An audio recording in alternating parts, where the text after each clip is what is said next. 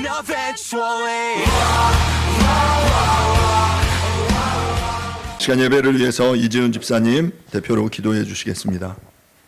지난 한 주간도 우리를 눈동자처럼 지켜주시고 가정과 일터와 삶의 자리마다 동행하여 주신 은혜를 기억합니다. 뜨거운 여름 햇살이 내리쬐는 이 계절에도 주님의 은혜는 변함없이 우리와 함께 하시며 지난 한 주간도 우리의 걸음을 인도하신 주님을 감사드립니다. 때로는 보이지 않는 손길로 보호하시고 때로는 말씀과 기도로 인도하시며 오늘도 변함없는 사랑으로 품어주신 주님 감사합니다. 주님의 크신 사랑을 받으면서도 감사보다 불평을 앞세웠고 기도보다 염려를 가까이 했으며 말씀대로 살기보다 세상의 가치와 욕심을 따라 살았음을 용서하여 주시옵소서. 입술로는 주님을 사랑한다고 하면서도 삶 속에서는 믿음의 열매를 맺지 못한 연약함을 회개합니다. 주님, 이 나라를 위해 기도합니다. 혼란스럽고 어려운 시대 속에서도 하나님께서 이 나라를 붙들어 주옵소서. 미움과 갈등이 가득한 세상 가운데 사랑과 화해의 은혜가 흘러가게 하시고 진리와 공의가 바로 세워지게 하시옵소서. 성령의 능력이 우리 교회 안에 충만히 임하게 하시고 우리 교회가 하나님의 사랑을 전하고 세상의 복음을 증거하는 데 부족함이 없도록 모든 필요를 채워 주시옵소서. 아멘. 목사님 위해 기도합니다. 몸과 마음과 영혼이 늘 강건하게 하시고 묵상과 기도 가운데 주님의 음성을 날마다 듣게 하시며 말씀을 전할 때마다 생명의 능력이 흘러가게 하옵소서. 성령의 충만함으로 매 순간 주님의 인도하심을 따라 사역하게 하시옵소서. 목사님의 가정을 평안케 하시고 사모님과 자녀들에게도 하늘의 복을 더하여 주시어 목회 사역의 든든한 동역자가 되게 하여 주시옵소서. 사랑의 하나님, 오늘 드려지는 예배를 받아주시옵소서. 우리의 찬양을 기쁘게 받아주시고 기도 가운데 응답하여 주시며 말씀 가운데 살아 역사하여 주옵소서. 말씀을 전하시는 목사님께 성령의 권능을 부어주셔서 선포되는 말씀마다 죽어있는 영혼이 살아나게 하시옵소서. 이 모든 말씀 예수님의 이름으로 기도합니다. 오늘 하나님께서 우리에게 주신 말씀은 창세기 41장 1절부터 8절 말씀입니다. 박한솔 학생 성경 봉독해 주겠습니다. 하나님께서 오늘 우리에게 주신 말씀은 창세기 41장 1절부터 8절까지 말씀입니다. 말씀을 봉독하겠습니다. 만 2년 후에 바로가 꿈을 꾼즉 자기가 나일 강가에 서 있는데 보니 아름답고 살찐 7 염소가 강가에서 올라와 가을밭을 뜯어먹고 그 뒤에 또 흉하고 파리한 다른 7 염소가 나일 강가에 올라와 그 소와 함께 나일 강가에 서 있더니 그 흉하고 파리한 소가 그 아름답고 살찐 소를 먹은지라. 바로가 곧 깨었다가 다시 잠에 들어 꿈을 꾸니 한 줄기에 무성하고 충실한 7 이삭이 나오고 그 후에 또 가늘고 동풍에 마른 7 이삭이 나오더니 그 가는 7 이삭이 무성하고 충실한 7 이삭을 삼킨지라. 바로가 깬즉 꿈이라. 아침에 그의 마음이 번민하여 사람을 보내어 애굽 점술가와 현인들을 모두 불러 그들에게 그의 꿈을 말하였으나 그것을 바로에게 해석하는 자가 없었더라. 아멘. 자리에 앉으시 바랍니다. 지난주 우리는 기억되지 않아도 잊히지 않는다라는 제목으로 말씀을 나누었습니다. 하나님은 미래를 알고 계시고 말씀하신 것을 정확하게 이루시는 분입니다. 요셉은 두 관원의 꿈을 정확하게 해석해 주었고 그 해석대로 술 관원은 복직되고 떡 관원은 매달렸습니다. 그런데 요셉은 술 관원에게 자신을 기억해 달라고 이야기했지만 안타깝게도 술 관원은 그를 잊었습니다. 하지만 중요한 사실은 사람은 잊어도 하나님은 잊지 않으신다라는 사실입니다. 이제 오늘 우리가 함께 나눌 말씀은 창세기 41장 1절부터 8절입니다.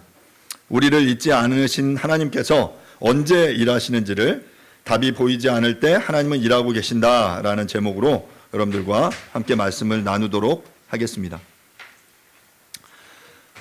우리의 삶에는 답이 보이지 않는 시간이 있습니다.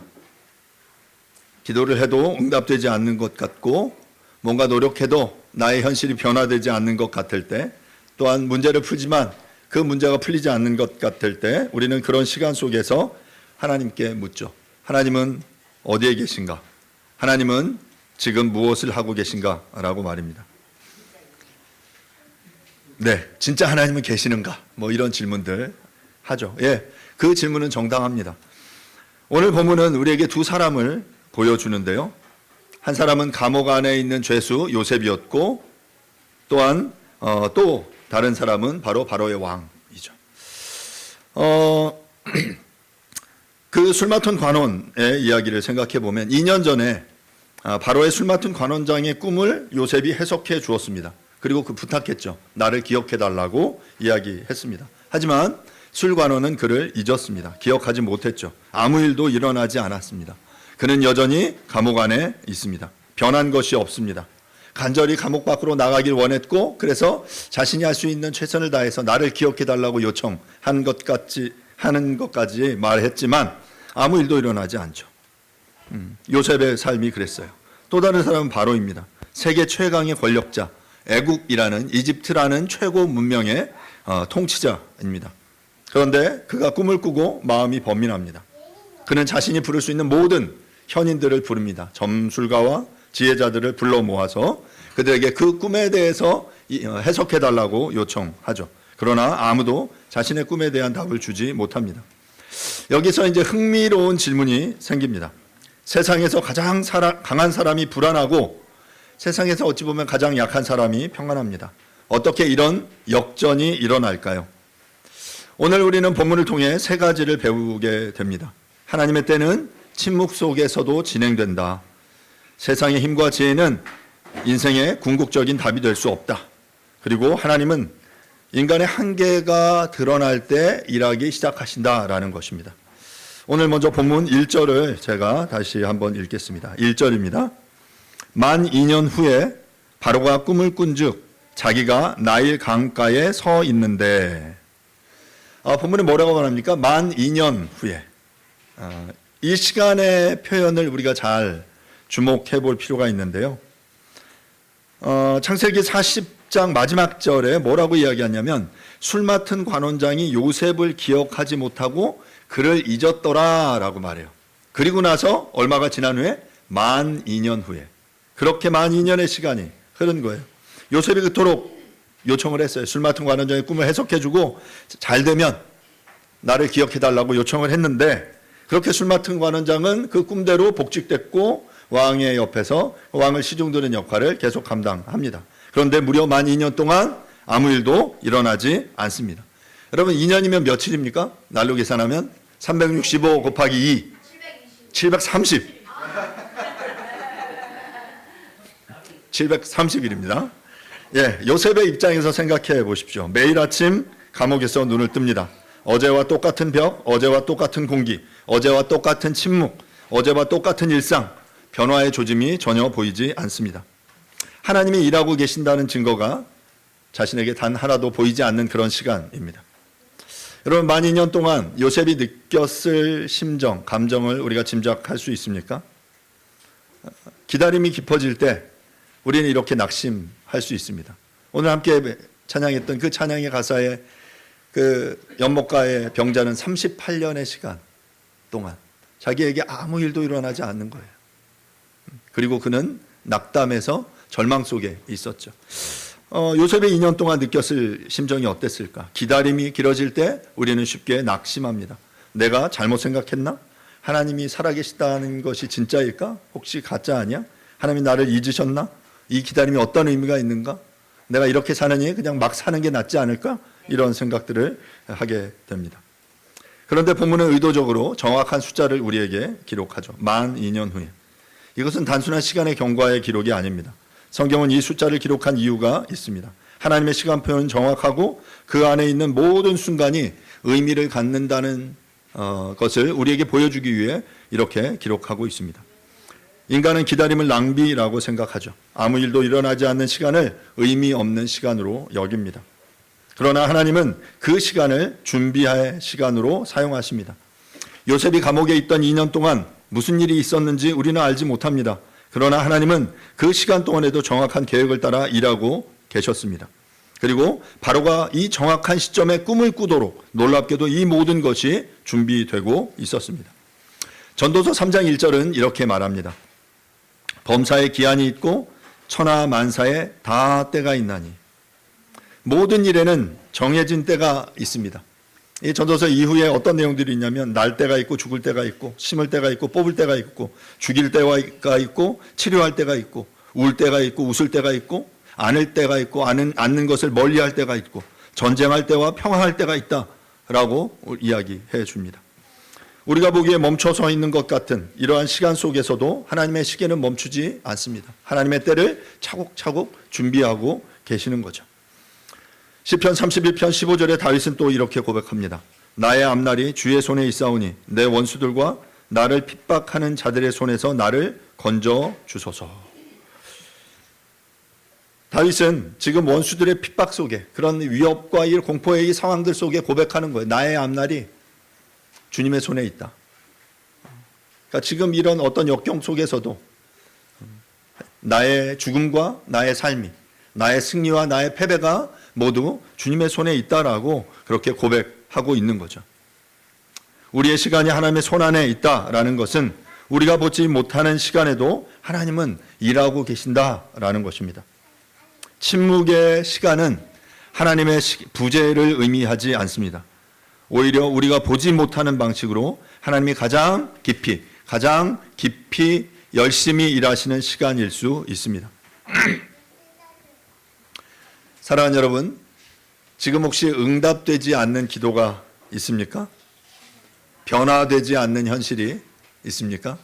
예, 고개를 아주 세게 끄덕이시는 분들이 몇 분 계신데요. 열매가 보이지 않는 사역이나 관계가 있습니까? 열심히 기도하고 바라지만 뭔가 이루어지지 않는 것 같은 이 암울한 현실 속에 있지 않습니까? 그 시간이 의미 없는 시간이라고 느껴질 수 있습니다. 그러나 요셉의 인연이 그러했던 것처럼 그 침묵의 시간 속에서도 하나님의 시계는 절대 멈춘 적이 없습니다. 하나님은 지금 이 순간에도 정확히 당신의 시간표를 따라 일하고 계십니다. 이제 바로가 자신의 꿈 이야기를 하는데요. 2절부터 8절을 제가 읽겠습니다. 보니 아름답고 살진 7 암소가 강가에서 올라와 갈밭에서 뜯어먹고 그 뒤에 또 흉하고 파리한 다른 7 암소가 나일 강가에서 올라와 그 소와 함께 나일 강가에 서 있더니 그 흉하고 파리한 소가 그 아름답고 살진 7 소를 먹은지라.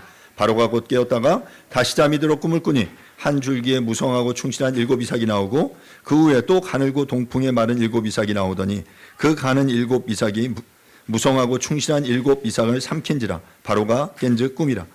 아침에 그의 마음이 번민하여 사람을 보내어 애굽의 점술가와 현인들을 모두 불러 그들에게 그의 꿈을 말하였으나 그것을 바로에게 해석하는 자가 없었더라. 바로 하나님의 때는 어떻게 시작되냐면 지금 바로의 꿈으로 시작되고 있는 거예요. 바로가 어느 날 꿈을 꿉니다. 꿈 이야기는 본문의 내용대로 살진 7 암소가 나옵니다. 그리고 그 뒤에 보기 흉한 암소 7마리가 나와요. 자, 그런데 그 보기 흉한 7 암소가 어떻게 했습니까? 그 살진 7 암소를 잡아먹어 버려요. 자, 그리고 잠에서 깼다가 또 잠이 들어요. 자, 또 잠이 들었는데 이번에는 이삭에 대한 꿈이 나오죠. 무성한 7 이삭이 나오고 그 뒤에 마른 이삭 7개가 나와서 좋은 이삭을 다 먹어버렸어요. 삼켜버렸어요. 여러분 그냥 한 번만 이렇게 꿈꾸고 맞다면 그냥 개꿈이다 생각했을 텐데 7 암소, 7 이삭 뭔가가 이제 의미가 있는 것 같지 않습니까? 이상한 꿈이에요. 불길한 꿈이었습니다. 뭔가 중요한 의미가 담겨 있는 것 같아요. 자, 그런데 문제는 바로가 그 꿈의 의미를 해석할 수 없다는 데 있습니다. 여러분, 바로가 누굽니까? 바로가 당대 최고의 권력자, 통치자였어요. 애굽은 그 시대 최고의 문명을 이루었습니다. 거대한 신전, 발전된 행정체계, 풍요로운 경제, 그리고 최고 수준의 지혜자들과 점술가들이 그를 둘러싸고 있습니다. 그가 손짓만 한 번 하면 누구든지 살리고 죽일 수 있고 수많은 병력을 동원해 한 민족을 멸절시키고 제거시킬 수도 있었습니다. 그는 부족함이 없는 사람, 가질 수 있는 모든 것을 가진 사람이었어요. 말 그대로 무소불위의 권력을 가진 마치 신적인 존재였습니다. 실제로 신격화되기도 했죠. 자, 그런데 본문은 바로의 모습을 8절에서 뭐라고 묘사하냐면 개역개정에는 그의 마음이 번민하였다라고 이야기합니다. NIV는 뭐라고 이 본문을 표현하냐면 His mind was troubled라고 표현해요. 그의 마음이 마인드가 트러블, 문제에 봉착했다라는 거죠. ESV는 His spirit was troubled. 그의 영이 트러블, 문제 속에 빠졌다라는 거죠. 히브리어 원문의 의미는 그의 영이 흔들렸다, 그의 영이 충격을 받았다라는 이런 강력한 표현이에요. 세계 최강의 권력자가 지금 꿈 하나에 그의 영혼, 그의 마음이 요동치고 있는 거예요. 흔들리고 있는 거예요. 두려움에 빠져 있는 것이죠. 바로는 자신의 불안을 해결하기 위해 가능한 수단을 동원합니다. 그가 동원한 수단은 이집트의 점술가들과 모든 지혜자들이었어요. 본문에서 모든이라는 단어가 중요합니다. 그런 힘이 있었죠. 애굽에서 그가 부를 수 있는 모든 지혜자들, 최고의 전문가들, 그 분야에 가장 박식한 사람들을 그는 불러 모았습니다. 여러분, 애굽의 점술가들은 단순한 사기꾼이 아니었습니다. 당대의 천문학, 의학, 건축학에 뛰어난 지식을 가진 그러한 사람들입니다. 피라미드 문명을 세운 그런 지혜자들이었습니다. 그런데 본문은 아주 간결하게 결론짓죠. 그것을 바로에게 해석하는 자가 없었더라. 바로의 꿈을 해석하는 사람이 단 한 명도 없었습니다. 세계 최강의 권력자가 세계 최고의 지혜자들을 모두 모았는데도 그 중에 그 누구도 그 꿈을 해석할 수 없었다라는 사실입니다. 이 본문의 구조를 잘 주목해 보십시오. 본문은 의도적으로 두 그룹을 대비시키고 있습니다. 한쪽은 가장 강력한 왕과 또한 그를 둘러싼 세상의 가장 뛰어난 지혜자들이죠. 다른 한쪽은 세상에서 가장 보잘것없는 약한 죄수, 감옥에 갇혀져서 잊혀진 요셉입니다. 이 두 그룹을 이 본문은 아주 명확하게 대조하고 있어요. 그런데 지금 이 상황에서 누가 불안합니까? 가장 강력한 왕 바로입니다. 누가 평안을 누리고 있어요? 감옥 안에 하나님과 함께하는 요셉입니다. 사랑하는 여러분, 이 대비는 우연이 아닙니다. 성경은 이 장면을 통해 깊은 진리를 선포합니다. 인간이 쌓아올린 권력과 지혜는 인생의 궁극적인 질문 앞에서 무력합니다. 바로는 모든 것을 가졌지만 자신의 미래에 대한 단 하나의 답을 얻을 수도 없습니다. 여러분, 이것은 그 옛날 이야기가 아닙니다. 오늘 시대에도 동일합니다. 우리 시대에 두려워하고 불안해하는 사람들은 누구일까요? 돈이 있어도 불안합니다. 자산이 늘어날수록 오히려 잃을 것이 많아지는 것에 대한 두려움이 커집니다. 코스피가 9천을 넘었다고 해서 나의 주식의 계좌에 돈이 불었다고 해서 그것이 우리에게 평안을 보장해 주지 않습니다. 지식이 많아도 불안합니다. 더 많이 알수록 통제할 수 없는 영역이 더 크게 보입니다. 여러분, 어렸을 때 책 한 권 읽으면 그 분야를 다 아는 것 같아요. 그래서 막 이렇게 눈에 보이는 게 없죠. 그런데 공부를 점점 더 합니다. 고등학교를 졸업하고 대학을 졸업하고 학사를 tab니다. 더 해서 석사, 박사가 돼요.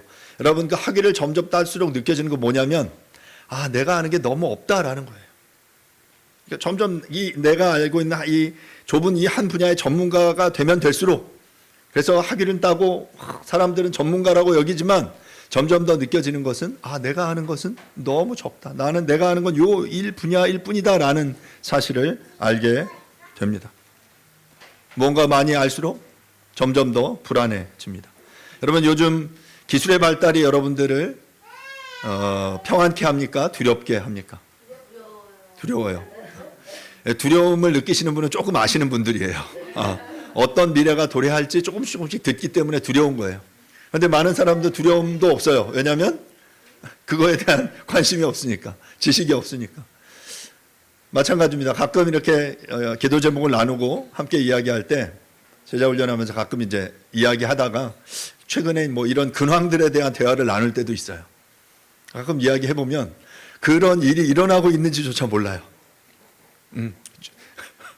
일들이 벌어지는 몰라요. 그래서 두려움이 없어요. 그냥 당장 내 앞에 있는 문제가 나에게 크기 때문에 다른 것에 문제를 둘 필요가 없습니다. 어찌 보면 그러한 사람이 더 평안을 누리고 있지 않나? 그런 생각을 또 해보게 됩니다.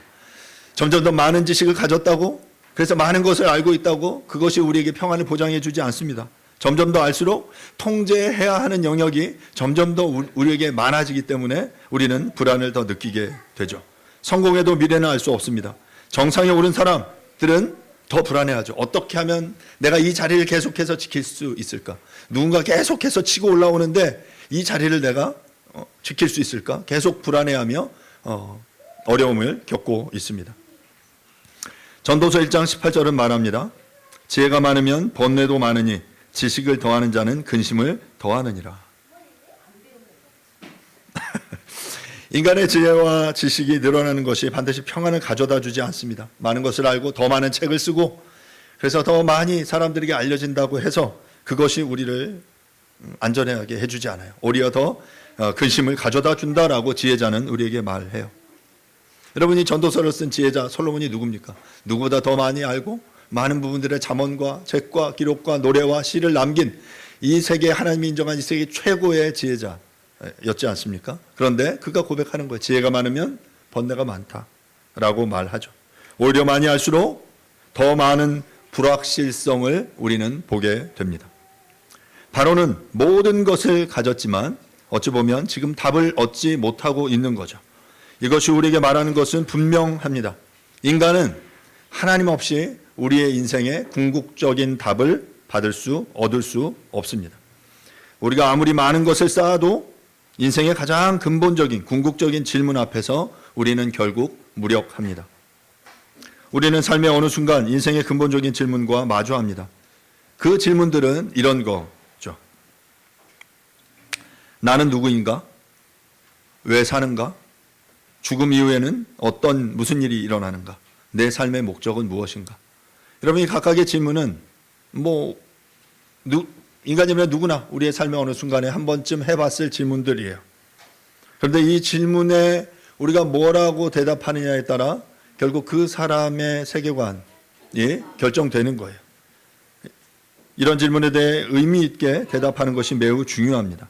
그런데 우리는 지금 너무 정신없는 속도로 삶을 살아가기에 이런 질문에 대해 의미 있게 직면하지 못합니다. 이런 근본적인 질문에 대한 해답은 오직 하나님 안에서만 찾을 수 있습니다. 사랑하는 여러분, 다시 한번 여러분들에게 묻고 싶습니다. 여러분 지금 무엇을 의지하며 평안을 찾고 있습니까? 재정의 안정, 학위, 경력, 인맥, 건강 이런 것들, 이런 추구, 이것을 쌓아가는 것들이 우리에게 어느 정도의 안정감을 줄 수 있지만 하지만 그것이 우리의 인생의 질문에, 인생의 문제에 궁극적인 답을 줄 수는 없습니다. 바로의 불안이 우리에게 바로 그것을 보여주고 있습니다. 세상의 힘과 지혜로 쌓아 올린 평안은 결국 흔들리게 된다라는 것을 말입니다. 자, 그런데 하나님께서는 바로 그 인간의 한계가 드러날 때 일하기 시작하십니다. 8절인데요. 다시 한번 8절을 읽겠습니다.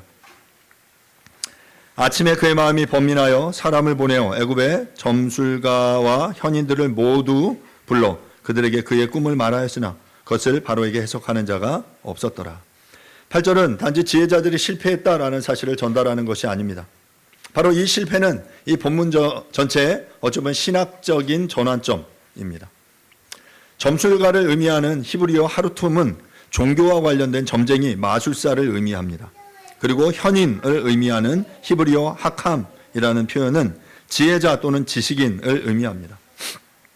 말한 것처럼 이는 고대 근동 이집트의 이런 현인은 시대와 지혜에 있어서 특별히 사회와 문화 현상에 있어서의 해석을 제시하는 그리고 올바른 가르침을 주는 그러한 사람들이었죠. 국가의 대소사에 대한 지침, 정치 외교적으로 예민한 사안에 대한 조언, 그런 것들을 통해서 권위를 인정받았습니다. 점술가들은 이런 천체의 변화를 통해서 언제 파종해야 되는지, 언제 추수를 해야 되는지를 알려주었어요. 당시 현인은 별을 보고 앞날을 예언하거나 술수를 부려 국가의 어려움을 타개하기도 했고 왕의 자문과 왕의 스승 역할을 하는 경우가 많았습니다. 그래서 본문에 나오는 점성술사나 이런 지혜자들은 왕사, 국사, 왕의 스승이라고 볼 수 있습니다.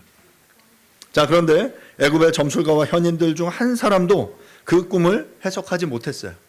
자, 그런데 여러분 만약에 생각해 보세요. 만약에 이 8절에 그런 현인들을 불렀는데 그 현인 중에 누군가가 이 꿈을 짠 해석했어요. 해석했다고 합시다.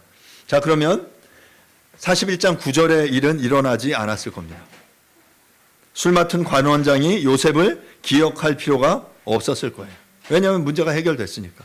이 문제를 일으키시는 분이 누굽니까? 하나님이세요. 하나님이 일하신 거죠. 하나님이 그 바로의 꿈속에 나타나 바로에게 꿈을 주심으로 지금 이 문제를 일으키고 계신 거죠.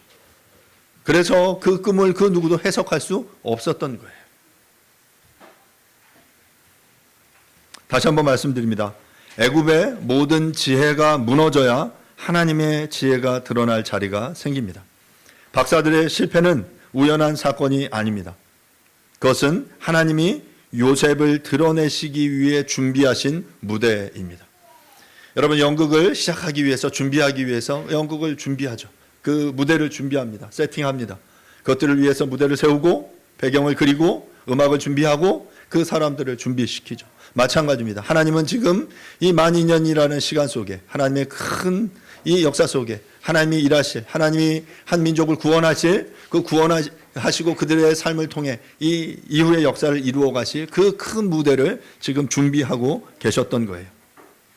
여기서 우리가 발견한 깊은 영적 원리가 있습니다. 인간의 답이 끝나는 곳에서 하나님의 답이 시작됩니다.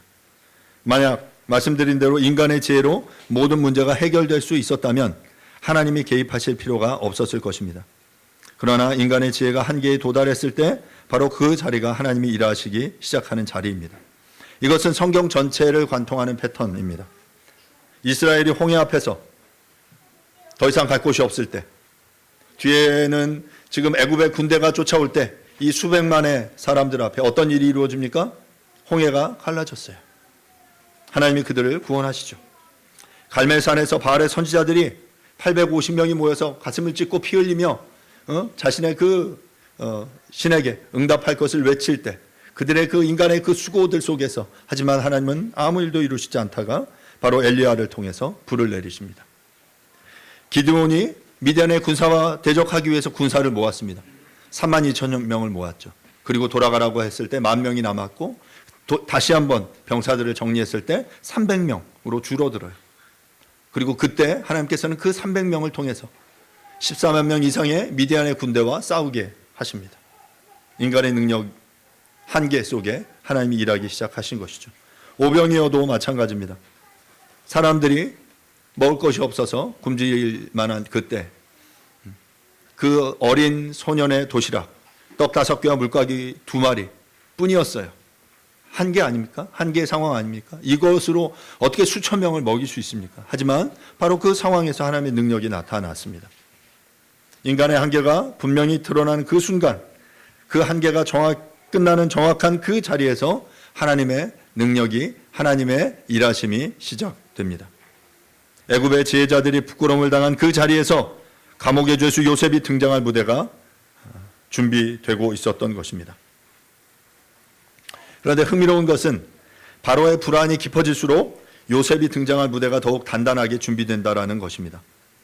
만약 바로가 적당한 해석을 듣고 곧바로 만족했다면 말씀드린 대로 요셉의 이야기는 시작되지 않았을 겁니다.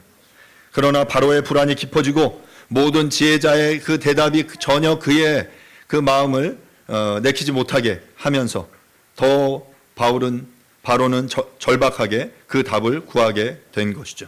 그리고 그 절박함 속에서 이제 우리가 다음 주에 볼 41장 9절에 술관원의 입을 통해 나오게 되죠.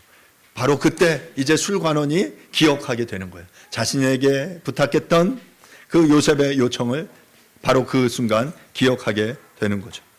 하나님은 인간의 한계를 드러내심으로써 자신의 구원 계획을 이루십니다. 다시금 강조하지만 인간의 능력이 끝나는 지점이 하나님의 역사가 시작되는 지점입니다. 오늘 우리의 삶에도 동일한 원리가 작동됩니다. 우리는 종종 자신의 능력으로 문제를 해결하려고 합니다. 더 열심히 노력하고 더 많은 지식을 쌓고 더 강해지려고 합니다. 그것은 절대로 잘못이 아닙니다. 그러나 인간의 노력만으로는 도달할 수 없는 한계점이 있습니다. 바로 그 지점, 우리가 나는 할 수 없습니다 라고 정직하게 인정하는 그 순간이 바로 하나님의 역사가 시작되는 순간일 수 있습니다. 하나님은 종종 우리의 능력이 아니라 우리의 한계를 통해서 역사하십니다. 사랑하는 여러분, 지금 내가 해결할 수 없는 문제 앞에 서 있습니까? 모든 방법을 시도했지만 답이 보이지 않습니까? 그 한계의 자리가 좌절의 끝이 아닐 수 있습니다.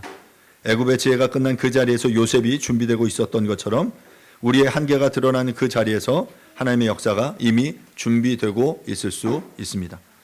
말씀을 마무리하겠습니다. 사랑하는 여러분, 우리는 오늘 창세기 41장 1절부터 8절까지의 본문을 함께 보았습니다. 오늘 본문 속에 세 가지를 우리는 살펴보았습니다. 하나님의 때는 침묵 속에서도 진행됩니다. 요셉은 그 2년이 의미 없는 시간처럼 여겨졌을 수 있지만 하나님께서는 그 12,000년이라는 그 침묵 속에서 멈추신 적이 없습니다. 하나님께서는 그의 무대를 준비하고 계셨죠. 두 번째, 세상의 힘과 지혜는 인생의 궁극적인 답이 될 수 없습니다. 세계 최강의 권력자 바로가 불안해했고 또한 그 꿈을 통해 그 지혜자들에게 물었지만 그들은 답을 제시할 수 없었어요. 하지만 감옥의 죄수는 평안했고 또한 하나님께서 허락하신 답을 제시할 수 있었죠. 세 번째, 하나님의 인간의 한계가 드러날 때 일하기 시작하십니다. 애굽의 지혜가 무너진 그 자리에서 바로 그 자리가 하나님의 지혜가 드러날 무대가 된 것이죠. 인간의 답이 끝나는 그곳에 바로 하나님의 답이 시작됩니다. 오늘 본문은 9절에서 끝나지만 이야기는 계속해서 이어집니다. 바로 다음 9절에서 놀라운 전환이 일어나게 되죠. 술 맡은 관원장이 바로에게 말하여 이르되 내가 오늘 내 잘못을 기억하나이다. 그의 잘못이 무엇입니까? 기억하지 못했던 거예요. 기억하지 못했던 거예요. 하지만 그것이 2년 만에 그것을 기억하게 됩니다. 애굽의 모든 지혜가 실패한 바로 그 자리에서 비로소 요셉이 기억됩니다. 세상의 답이 끝난 바로 그 자리에서 하나님은 이미 요셉을 준비하고 계셨습니다. 지금 하나님은 오늘도 우리의 삶 가운데 같은 방식으로 일하고 계십니다. 지금 여러분이 침묵의 시간을 지나고 있습니까? 지금 여러분이 세상의 방법으로 해결할 수 없는 한계 앞에 서 있습니까? 그 자리가 끝이 아닙니다. 바로 하나님은 그 침묵의 한계의 자리에서 우리가 보지 못하는 다음 장을 이미 준비하고 계십니다. 세상의 답이 끝나는 그곳에서 하나님의 답은 이미 시작되고 있습니다. 그 사실을 믿음으로 하나님의 일하심에 동참하는 저와 여러분들이 될 수 있기 바랍니다. 답이 보이지 않을 때, 답이 없는 것 같을 때, 내가 한계 상황에 봉착했을 바로 그 때가 바로 하나님이 일하시는 때임을 기억하며 그 하나님을 신뢰하며 하나님의 그 도우심을 구하는 저와 여러분들이 될 수 있기를 간절히 바랍니다. 이 시간 말씀을 생각하며 하나님 앞에 잠시 기도하죠. 하나님, 나의 이 문제 앞에서 내가 수고하고 노력하지만 그 답을 얻을 수 없습니다. 이 한계의 상황 앞에 하나님 당신의 일하심을 나에게 보여주십시오. 우리의 삶 가운데 하나님의 때에 하나님의 방식으로 개입해 주시고 역사해 주시고 이 일들을 이루어 주십시오. 하나님의 역사하심을 내가 목도할 수 있게 해 주십시오라고 이 시간 조용한 소리로 하나님 앞에 잠시 기도하도록 하겠습니다. 기도하겠습니다. 하나님, 이 시간 주님 앞에 기도합니다. 답이 보이지 않는 것 같은 인생의 삶을 살아가는 중 하나님의 신뢰하게 해 주십시오. 하나님의 이루신 것들을 소망합니다.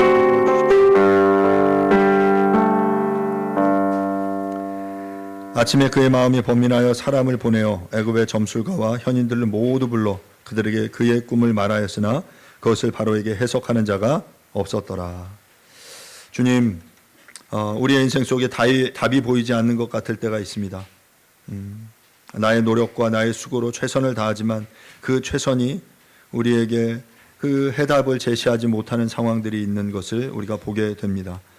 주님, 나의 한계 속에 그 하나님의 일하심이 시작하는 그런 계기가 되게 해 주십시오.